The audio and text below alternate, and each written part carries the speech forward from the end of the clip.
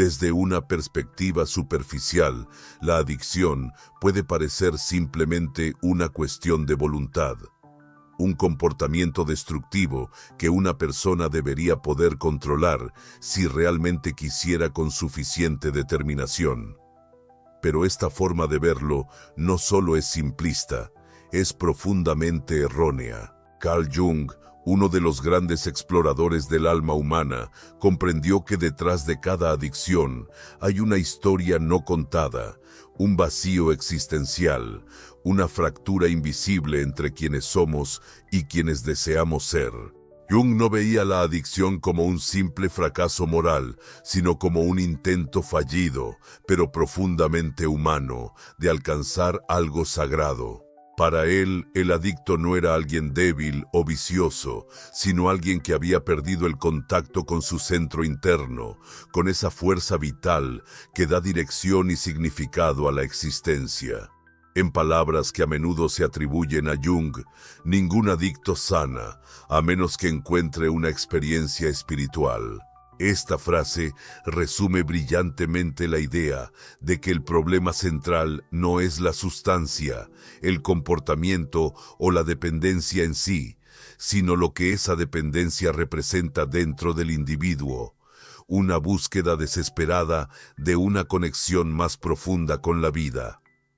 A menudo el adicto no sabe qué está buscando, solo siente una angustia constante, una sensación de incompletud que no puede explicar con palabras.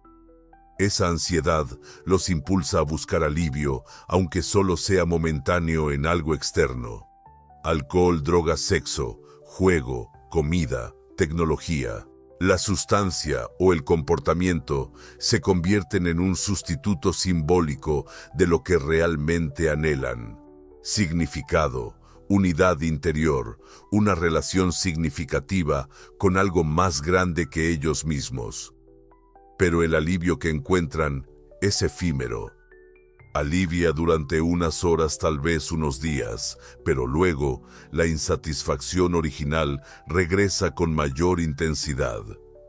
Es un ciclo que se repite y se profundiza, porque cuanto más se intenta llenar ese vacío con algo externo, más se alejan de la verdadera fuente de su sufrimiento. Para Jung, esta dinámica es una señal de que el alma está hambrienta, hambrienta de verdad, de autenticidad, de totalidad. La adicción, entonces, es un grito silencioso del inconsciente, llamando a la búsqueda de significado. En muchas culturas antiguas, el uso de sustancias psicoactivas se reservaba para rituales sagrados, no como un medio para escapar de la realidad, sino para entrar en una conexión más profunda con el universo, con los dioses, con lo eterno. Hoy, en una sociedad desconectada de lo simbólico y lo espiritual, esas mismas sustancias se consumen sin restricciones ni propósito, como si el individuo intentara inconscientemente recrear una experiencia de trascendencia que se le ha negado. El problema es que, sin una estructura simbólica y sin una guía interna, esa búsqueda se convierte en una caída. La sustancia ya no conduce a la expansión del alma, sino a su fragmentación. Jung sostenía que los seres humanos no pueden vivir solo de la razón, necesitan mitos, imágenes y símbolos que den forma a su mundo interior. Cuando estos símbolos desaparecen o se vacían, el alma comienza a deteriorarse.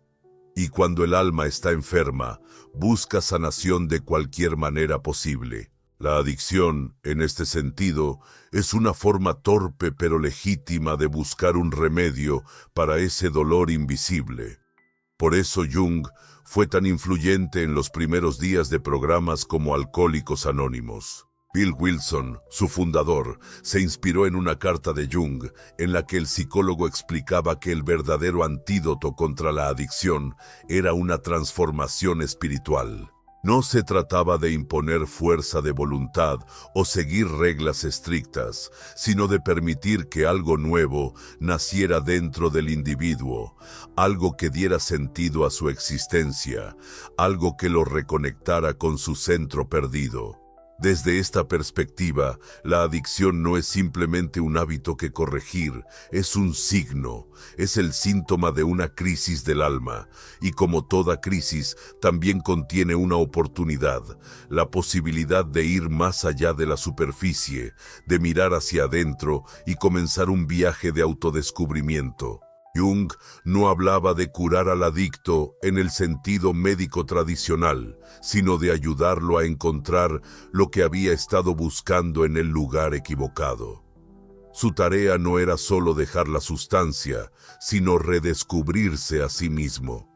El sufrimiento del adicto, por doloroso que sea, revela algo fundamental, que dentro de él todavía existe una energía vital que busca algo verdadero.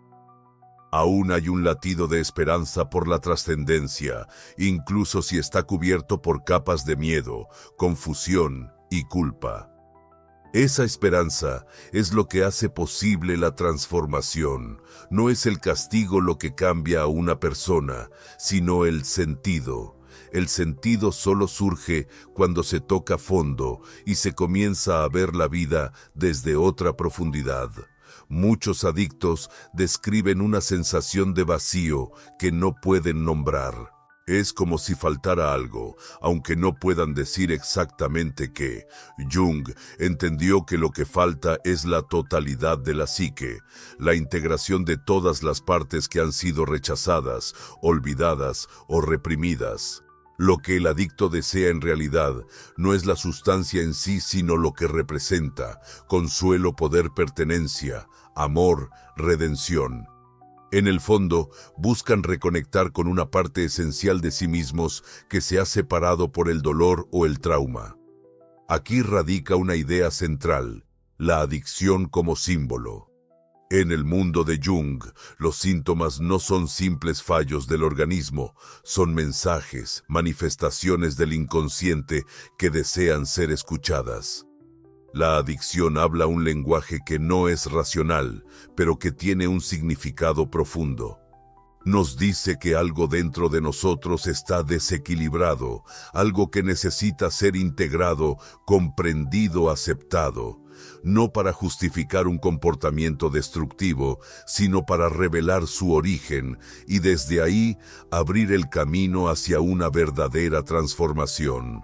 Esta manera de ver al adicto no es condescendiente ni idealista, es radicalmente humana, porque reconoce que detrás del sufrimiento hay una historia, detrás del hábito un símbolo, y detrás del símbolo una posibilidad de cambio. Jung nos recuerda que lo que más nos duele puede ser también lo que más nos enseña si sabemos escuchar con el corazón abierto. La adicción, entonces, no es solo una trampa, también es una brújula desorientada. Sí está distorsionada, pero no es inútil, porque señala una necesidad no resuelta de completitud, una sed de significado que no ha sido satisfecha. Una búsqueda que, en lugar de ser ignorada o reprimida, debe ser comprendida y canalizada. Solo cuando una persona descubre lo que realmente ansía, puede liberarse de lo que la esclaviza. Cuando alguien busca un sentimiento de alivio a través de la adicción, rara vez lo hace con plena conciencia. No se sientan a analizar sus motivaciones más profundas, ni entienden claramente qué les impulsa a repetir comportamientos que reconocen como destructivos. Hay una parte de su ser que parece actuar por sí sola, que toma el control de sus decisiones y los lleva al mismo lugar oscuro, una y otra vez. Esa parte que habita en las profundidades del inconsciente es lo que Jung llamó la sombra. La sombra no es una entidad maligna, es la suma de todo lo que el individuo ha reprimido a lo largo de su vida. Incluye impulsos, emociones, recuerdos y deseos que no encajan con la imagen que la persona quiere proyectar de sí misma. Es todo lo que se ha rechazado para adaptarse, ser aceptado o sobrevivir emocionalmente. Pero lo que se reprime no desaparece. Simplemente cambia de forma. Y cuando no se integra de manera consciente, busca salidas alternativas. Una de esas salidas puede ser la adicción. En esencia, la adicción es el síntoma de una lucha interna. Por un lado está la parte que busca control, éxito, aceptación y reconocimiento. Por otro, esa región oculta que alberga un dolor no expresado, una rabia reprimida y una tristeza negada. En lugar de confrontar ese conflicto, el adicto intenta silenciarlo. El problema es que todo lo reprimido regresa, y con mayor fuerza. La sombra no se conforma con ser ignorada, aparece en momentos de debilidad, en decisiones impulsivas y en comportamientos que parecen ir en contra del propio interés. Lo que complica aún más esta dinámica es que la persona a menudo no es consciente de que está luchando consigo misma. Piensa que el enemigo está fuera, la sustancia, la tentación, el entorno. Pero en realidad, la verdadera batalla se libra en el interior. Una parte quiere liberar el dolor enterrado, mientras que la otra lo sofoca, lo juzga y lo oculta.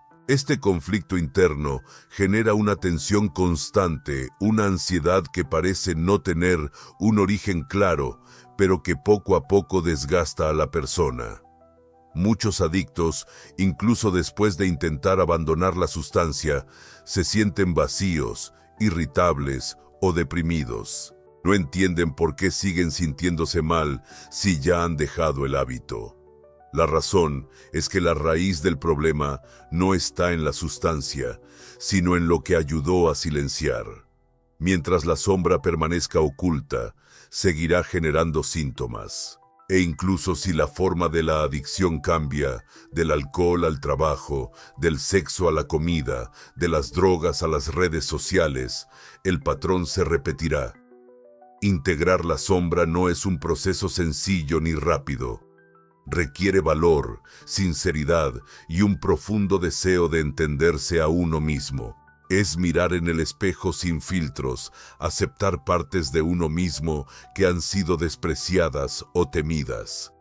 Es dejar de culpar al mundo exterior y comenzar a explorar lo que verdaderamente reside en nuestro interior. Cuando alguien comienza este camino, deja de ver su adicción como un enemigo y empieza a percibirla como un mensajero, un símbolo de que algo necesita atención, comprensión y transformación.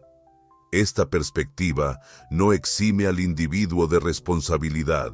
No se trata de justificar el daño que la adicción puede causar, sino de entender su origen para poder cortarlo de raíz. Cuando la sombra se enfrenta con conciencia, uno ya no se convierte en su víctima. Al contrario, comienza una relación más honesta consigo mismo, en la que los impulsos ya no tienen el poder de dominar sin resistencia. En muchos casos, la adicción está vinculada a experiencias pasadas que no fueron procesadas adecuadamente. Situaciones de abuso, abandono, humillación o privación emocional pueden permanecer enterradas en el inconsciente, generando un dolor latente que busca ser aliviado por cualquier medio. La sombra guarda esos recuerdos, y aunque la persona los haya olvidado en la superficie, siguen influyendo en su comportamiento. El consumo repetido se convierte en una forma inconsciente de evitar el reencuentro con ese viejo dolor. Sin embargo, cuanto más se intenta escapar de ese reencuentro, más fuerte se vuelve lo reprimido. La sombra comienza a proyectarse en el mundo exterior. El adicto empieza a ver enemigos donde no los hay, a desconfiar de las relaciones y a sentirse atrapado en un entorno percibido como hostil o indiferente.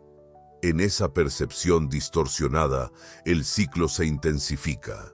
Cuanto más se niega a mirar hacia adentro, más lo proyectado hacia afuera lo aleja de la posibilidad de sanar. Hay una dimensión profundamente espiritual en este proceso, porque enfrentar la sombra no es solo una cuestión psicológica, es un acto de rendición y apertura a una verdad más profunda. Es reconocer que dentro de nosotros coexisten tanto la luz como la oscuridad y que ambas son necesarias para lograr la verdadera plenitud. La adicción deja de verse como una condena cuando uno entiende que su existencia es una invitación a conocerse a sí mismo a un nivel más íntimo. Ese conocimiento no puede venir del exterior. Ninguna fórmula, consejo o técnica puede sustituir el trabajo interno. La transformación ocurre cuando uno deja de evitar la oscuridad y comienza a caminar dentro de ella con humildad y atención, no para permanecer allí, sino para entender qué tiene que revelar esa oscuridad. La sombra no es un obstáculo a eliminar, sino un territorio que explorar. Jung creía que el oro está en la sombra, lo que significa que los aspectos reprimidos no solo contienen dolor, sino también potencial. Allí residen las emociones auténticas, la creatividad negada, la sensibilidad oculta y el poder olvidado. Integrar la sombra significa rescatar esas partes esenciales del yo que fueron desterradas y que ahora exigen ser escuchadas. El adicto ya no se ve a sí mismo como alguien roto, sino que comienza a reconocerse como alguien en un profundo viaje de transformación. La herida que lleva ya no es solo una fuente de vergüenza, sino una puerta hacia el autoconocimiento. El camino no es lineal, ni está libre de contratiempos, pero se vuelve más significativo cuando se recorre con conciencia y compasión. Una persona aprende a descubrir lo que realmente había detrás de esa necesidad oculta, y en ese descubrimiento empieza a emerger una nueva forma de estar en el mundo. Jung observó que muchas veces las personas que sufrían profundamente no necesitaban explicaciones, sino más bien una experiencia simbólica que pudiera reordenar su visión de la vida, algo que les permitiera reconciliarse con su propia historia y encontrar un nuevo centro dentro de sí mismas. Esta reconciliación ocurre cuando la persona se siente parte de algo más grande que ella misma, no necesariamente a través de una religión institucional, sino a través de una experiencia espiritual auténtica. Esta dimensión espiritual no es opcional, es una necesidad profunda del alma humana. Jung lo vio claramente en su práctica clínica. Aquellos que no lograban conectar con un sentido de lo sagrado estaban condenados a repetir sus síntomas, ya que no podían encontrar un propósito lo suficientemente poderoso como para justificar su transformación. El impulso adictivo en muchos casos es una manera distorsionada de buscar esa experiencia trascendental. Es una necesidad de disolver el ego, de escapar de la fragmentación, de sentir unidad. La tragedia es que, al buscar esto a través de sustancias, el resultado es el opuesto, una mayor desconexión y desintegración. Para que la transformación sea real, el individuo debe encontrar un símbolo que actúe como el centro organizador de su vida interior. Puede ser una imagen, una visión, un sueño o una experiencia emocional que revele un significado más profundo. Ese símbolo no se impone desde fuera. Surge de las profundidades del alma cuando el dolor ha sido suficientemente reconocido y acogido. Es como si la psique, al sentirse verdaderamente escuchada, finalmente revelara el mapa que ha estado esperando mostrar. La sanación comienza a tomar forma cuando ese mapa deja de ser un conjunto de caminos rotos y se convierte en un viaje con dirección. Los rituales, mitos e historias arquetípicas han existido en todas las culturas porque cumplen una función vital. Ayudan a los seres humanos a navegar por sus crisis, a morir simbólicamente a una antigua identidad y a renacer en una nueva. El adicto, en este sentido, no solo necesita dejar de usar, necesita morir a la imagen que tenía de sí mismo y construir una nueva.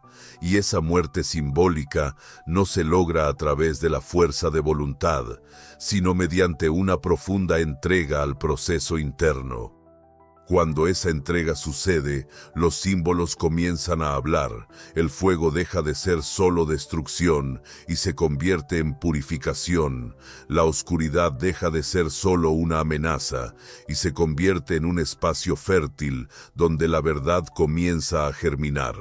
Lo que alguna vez pareció insoportable se transforma en posibilidad. El apoyo terapéutico o espiritual puede facilitar este proceso, pero no puede sustituirlo. Ninguna guía externa puede forzar a que lo simbólico aparezca, solo puede preparar el terreno para que emerja. La verdadera alquimia ocurre en lo invisible, cuando el alma del individuo decide dejar de huir y comienza a escuchar. En ese momento, lo que antes parecía una historia de fracaso se convierte en una narrativa heroica. El dolor no desaparece, pero se transforma. Ya no es un obstáculo sino un maestro, ya no es una carga sino un signo. El sufrimiento entonces ya no es algo a eliminar, se convierte en algo a integrar. La adicción, entendida desde esta perspectiva, no es meramente una enfermedad. Es un intento fallido de transformación, una búsqueda desesperada de sentido que ha tomado un camino equivocado. Pero el error no invalida la búsqueda. Por el contrario, la hace más profunda porque solo aquellos que han tocado fondo saben lo que realmente es urgente. Solo quienes han sentido que todo se desmorona pueden reconstruirse con autenticidad. Y en esa reconstrucción, el símbolo actúa como una semilla que no se impone, no se fuerza, pero cuando encuentra suelo fértil, crece con una fuerza imparable. A medida que esa semilla crece, provoca un cambio no solo en el comportamiento, sino en la manera misma de ver el mundo. La persona ya no se identifica con sus heridas, sino que comienza a reconocerse en su capacidad de trascenderlas.